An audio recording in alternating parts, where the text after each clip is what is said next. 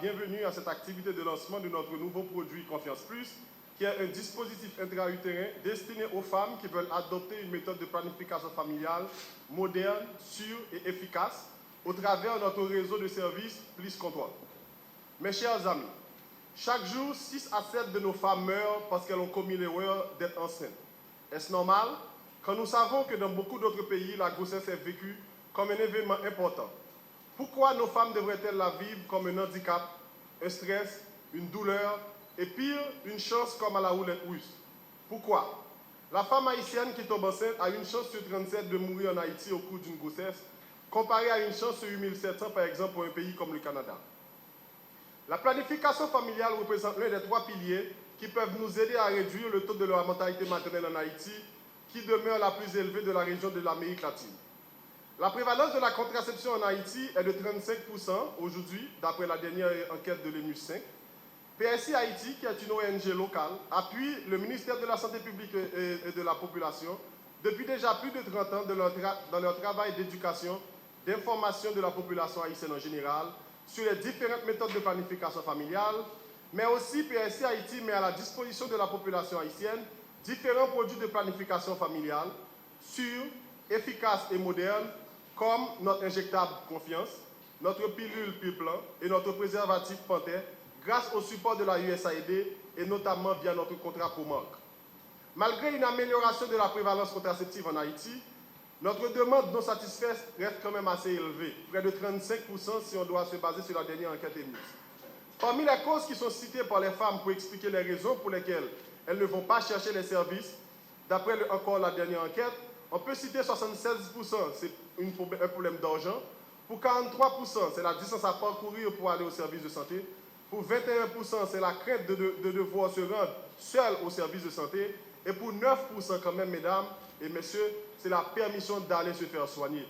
Nous sommes en 2013, il y a des femmes qui ne peuvent pas encore aller se faire soigner parce qu'elles n'ont pas reçu l'autorisation justement d'aller se faire soigner. Ainsi, après plus de 30 ans, c'est avec beaucoup de plaisir que PSI Haïti veut nous présenter aujourd'hui le dernier né de la famille PSI, à savoir notre dispositif intra-utérin Confiance Plus et notre réseau de services de planification familiale Plus Control. Pourquoi le dispositif intra-utérin? Nous autres, au niveau de PSI Haïti, nous aimons bien le challenge. À la fin de l'année 2012, PSI Haïti a entrepris de discuter avec plusieurs partenaires qui évoluent dans le secteur de la santé, de la reproduction et de la planification familiale en particulier, pour mieux comprendre leurs attentes. Cette initiative a été encore supportée via l'USAID au travers des fonds du programme SIPFO utilisé par PSI Washington qui nous avait accompagnés dans ce processus d'évaluation.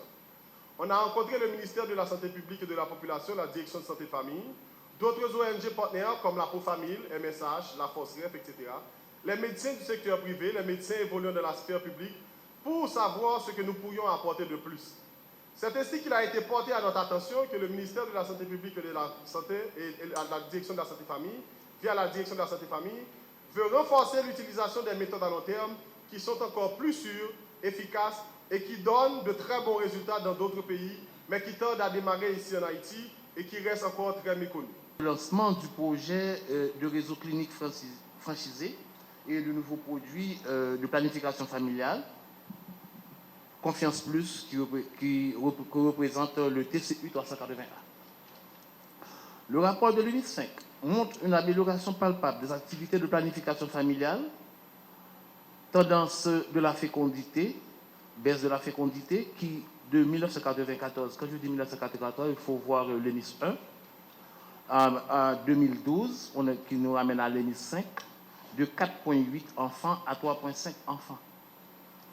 Plus d'un tiers des femmes actuellement en union, 35%, utilisent une méthode contraceptive. 31% utilisent une méthode moderne. 3% utilisent une méthode traditionnelle. Les injectables sont la méthode la plus utilisée, soit environ 19%. Tendance de l'utilisation des méthodes contraceptives modernes, en 1994, 13% et en 2012, 31%. Conscient de la place qu'occupe la planification familiale dans le développement humain et la réduction de la mortalité maternelle, le ministère de la Santé publique et de la Population a décidé de mettre en place une série de stratégies où la planification familiale retrouve une place de choix. La stratégie des soins de proximité avec des SONUB où nous avons dû ajouter aux 7 fonctions SONUB, c'est-à-dire que d'autres fonctions comme la planification familiale et la prise en charge des lésions précancéreuses du col de l'utérus. Je veux parler de l'IVA et de la cryothérapie.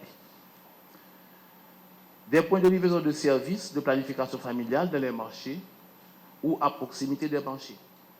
L'utilisation des agents communautaires pour une distribution à base communautaire des intrants de planification familiale.